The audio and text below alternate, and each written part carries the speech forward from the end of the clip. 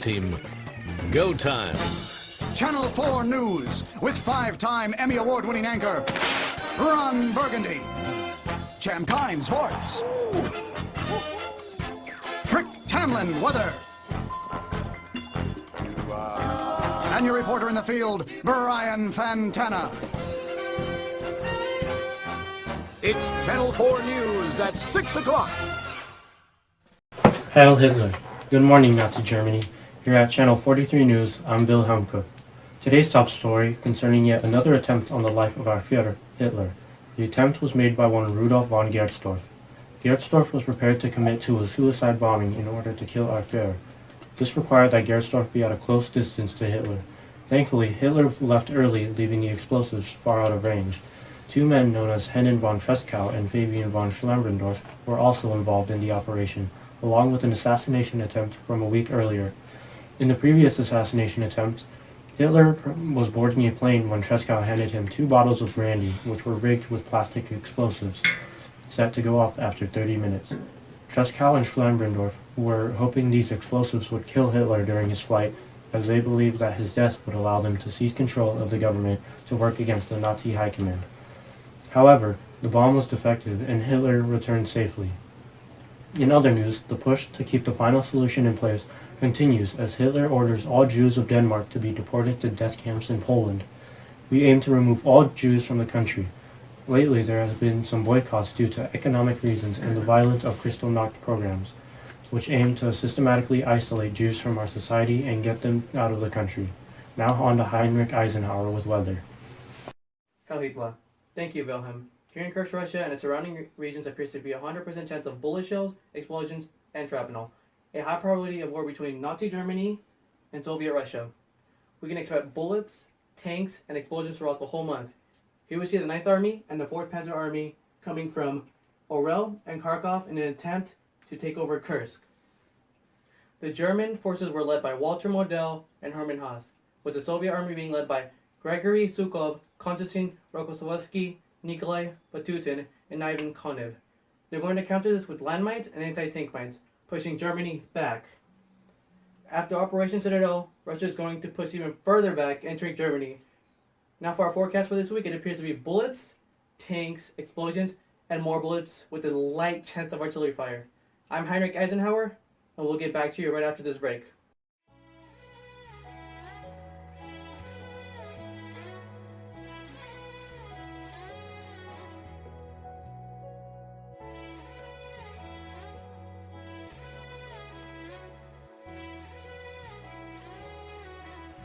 Introducing the all-new Albex Razor with its new features as being long and durable. So durable that you can shave anytime and not having problems breaking it. They can even shave the first mustache. So order now and get yourself. Welcome back, Nazi Germany. War on Hitler's.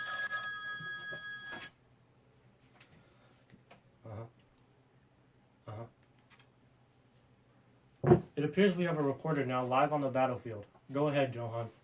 Yes, Wilhelm. We are live here on the scene, and at this point, Stalin continues a cultural revolution, denying peasants internal passports and forcing them to endure a second serfdom on new collective farms. Furthermore, Stalin repents churches in his drive to rally the faithful, calling for the defense of Holy Russia. Hey, I think there's a tank behind you. What tank? I don't see a tank. Do you? Nazi scum. How's it going, Nazi Germany? See, that's a T-34 tank right there. It's better, faster than your stupid Tiger tank. You wanna see what the Tiger tank can do to this thing? Nothing. Come along, cameraman. 9! Come along. Okay.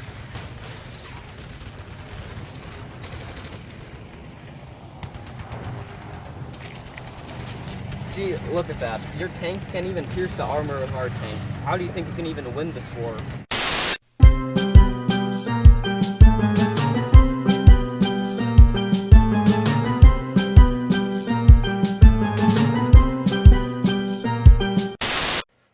It appears we are having technical difficulties. Wait, where's my gun?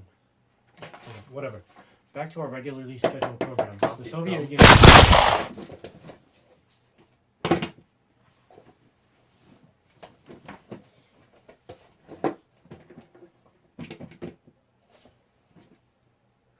Ugh, this coffee sucks.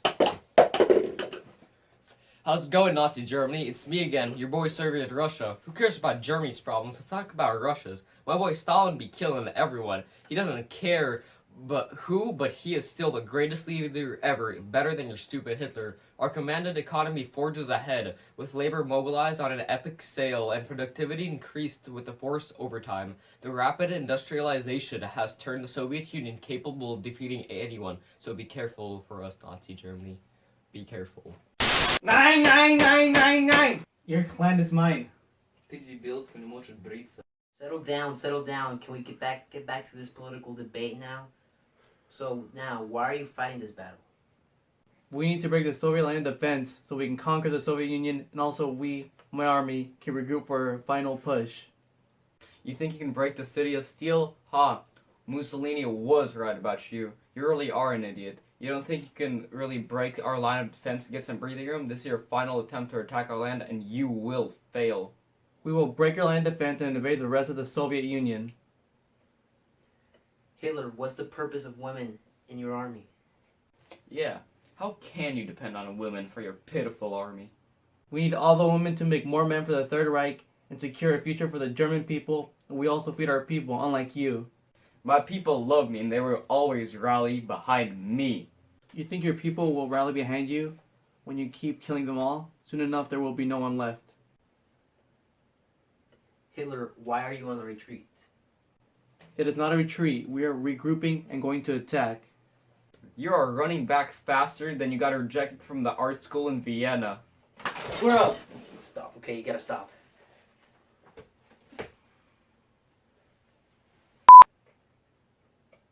What's the final solution? We are going to get rid of all the Jews. We are executing the Jews in the concentration camps. The backstabbing thieves will all be gone soon. Good job, my Führer. Now, whose military is stronger? We have more men, more tanks, more artillery, and more support than you and your pitiful army. How do you think your military strength will surpass mine? These military shortages are too hard to bear. Huh, Joseph? Stalingrad says it differently. Your counter-offense will never make it to Berlin.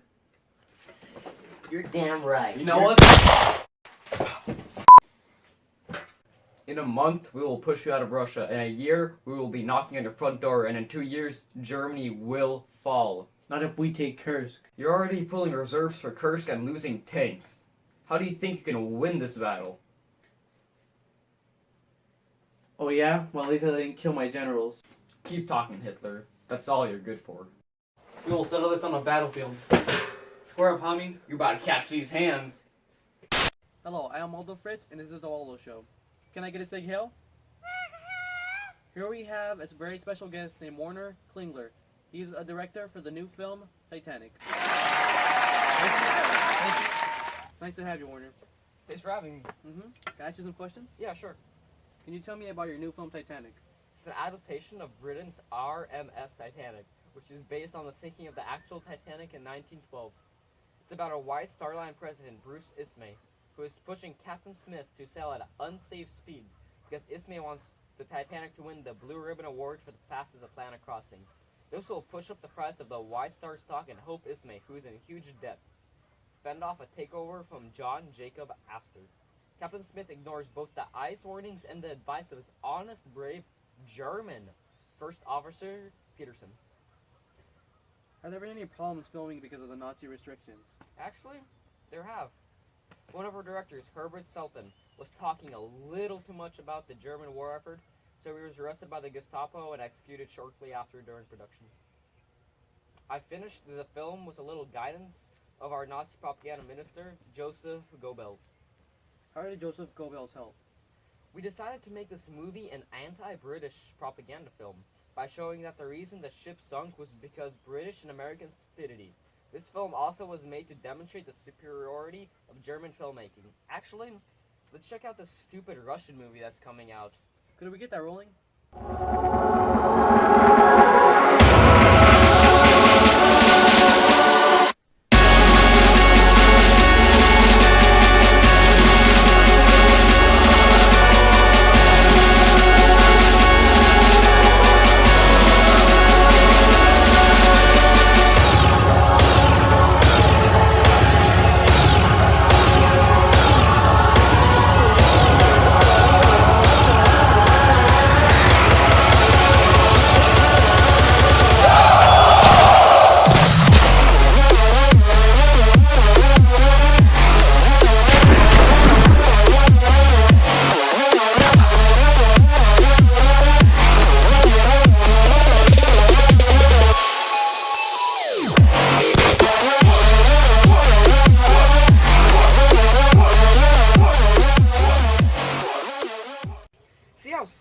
was? Now check out our clip from our movie Titanic. And also, I want to add, German films have a giant role in Hitler's reign. It really helps get people motivated. Okay, now let's roll it. Can we roll that as well? Titanic. Eine der wirklich grandiosen Schöpfungen des deutschen Filmes. Die frevelhafte Jagd nach einem Rekord, getrieben von Leidenschaft und Liebe, fand mit dem Untergang der Titanic ihr tragisches Ende in den eisigen Fluten des Ozeans. Stellen Sie sich vor, man hat aus der Kabine von Ast noch eine Schmuckassette gestohlen.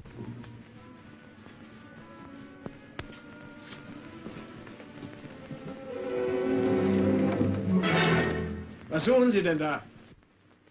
Du kennst nur dein Geld und weiter nichts. Und mit Recht. Das Geld ist der einzige Wert, an den ich glaube.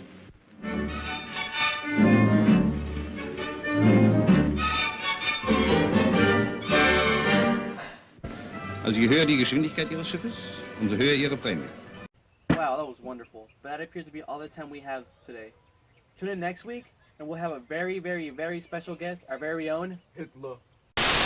Here in my garage, just got this new Volkswagen. Fun to drive out here in the Berlin Hills. But do you know what I like more than materialistic things? Is knowledge. In fact, I have a master plan to capture Commander Reznov. What is it? This is Commander Reznov. You and me. You come in to distract them, and I come in and knock them. Can I be the green log? You come in to distract them, and I try to knock them out. Wait, actually, I want to be the blue car. You come in and distract them, and I Why knock is he them the out. red roller coaster? Just listen. Really, Nazi? Really? You played yourself. Let's go.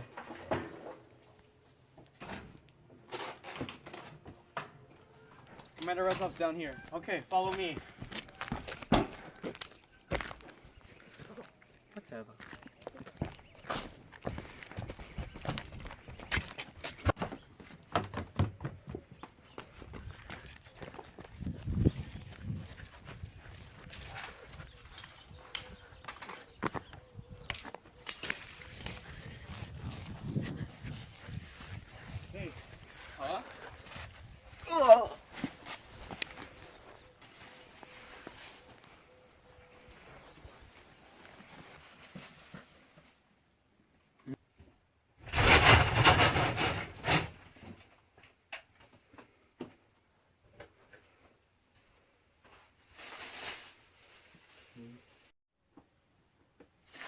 Okay, Commander Reznov, cooperate and this will be a whole lot easier. Now tell us your military tactics. Нет. We're not asking, tell us. Нет. Okay, fine.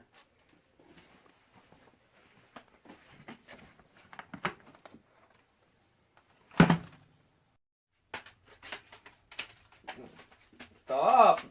Stop. Are you gonna talk now? Нет. Okay then, go get it.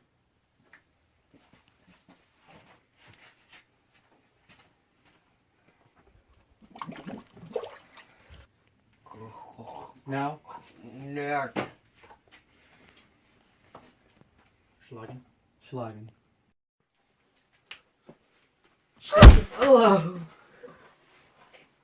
Have you changed your mind? Нет. Fußstempel? Fußstempel. Fußstempel!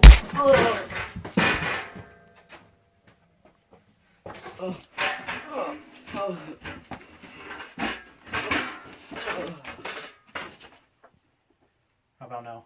Нет. You see this? This is your Wi-Fi cable. No. Not anything about that. I'll talk, okay? I'll talk. Military tactics. We go around the side of your tanks and shoot at the armor because it's weaker on the sides. And then we're trying to pinch off your forces, divide them in half so they have to fight a war on two fronts. How many soldiers do you have? We have 1.3 million men ready to fight and crush your forces. How many aircrafts do you have? We have 2,700. What defenses do you have? We have 5,000 anti-tank mines and 7,000 anti-personnel mines scattered every square mile. Tell us about your tanks. Our tanks are faster, but the armor is weaker than your tanks. Because they're faster, we can maneuver faster than yours and go to the side and blow up yours before they can even turn around and shoot ours. Hey, look, Hitler. Oh, Hitler!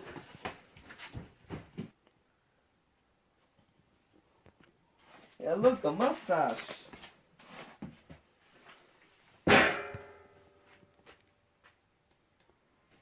What's the liar? I know, right? Hitler! Can I get the picture? Yeah. Thank you.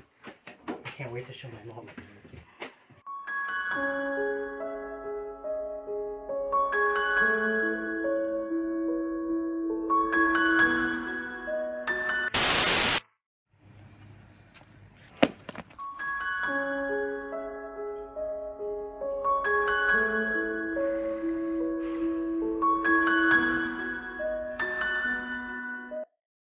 Langney's. Ice cream that got you tripping.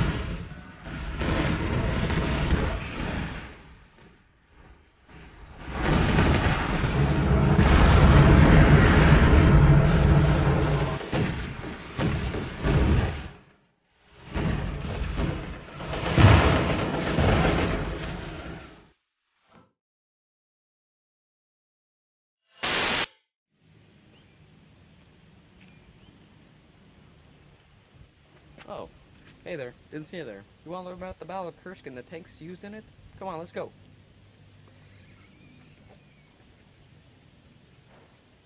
Alright, so there were 4 tanks used in the Battle of Kursk. 2 Soviet and 2 German. A Soviet tank was a T-34. It was one of the best tanks in World War II.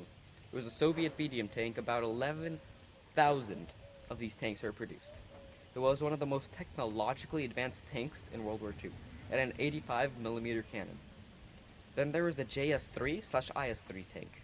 It was the best heavy tank in World War II. It was named after Russia's leader, Joseph Stalin. Its armor was so thick that German artillery couldn't penetrate it until 1945, and its cannon was 126mm. Then the German tanks. There's the Panther, which was a German heavy tank.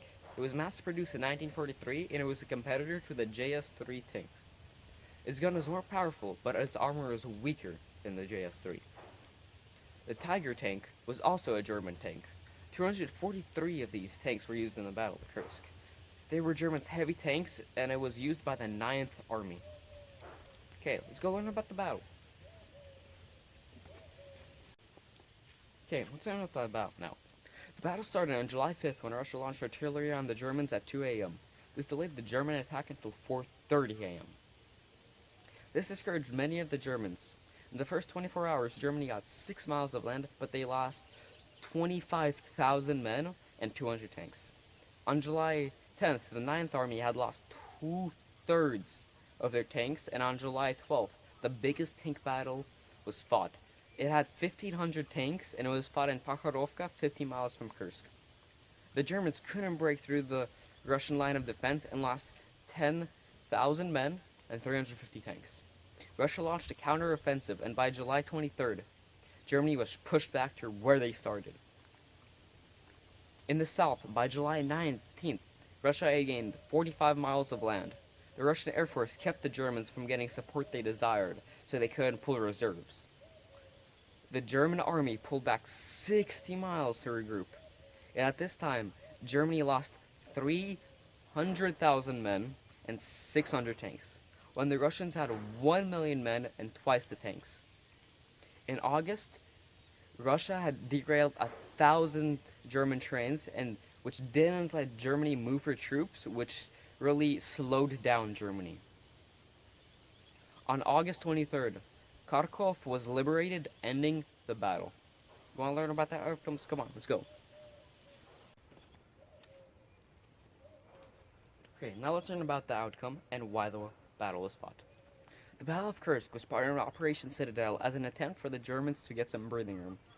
This was the final attack by Germany, the final attempt to break the Soviet line of defense. Germany knew if Operation Citadel would have failed, that Germany would lose the war on the Eastern Front. After this battle, Germany was on their retreat up until their surrender on May 7th, 1945. This battle crushed the German spirit and destroyed two German tank armies, the 9th Army and the 4th Panzer Army. After this battle, Germany knew they couldn't win the war on the Eastern Front. This battle showed that the Soviet army was a force to be reckoned with. It boosted morale in Russia and crushed morale in Germany. People believed that now they could win the war. This was the turning point on the Eastern Front, which allowed Russia to win World War II.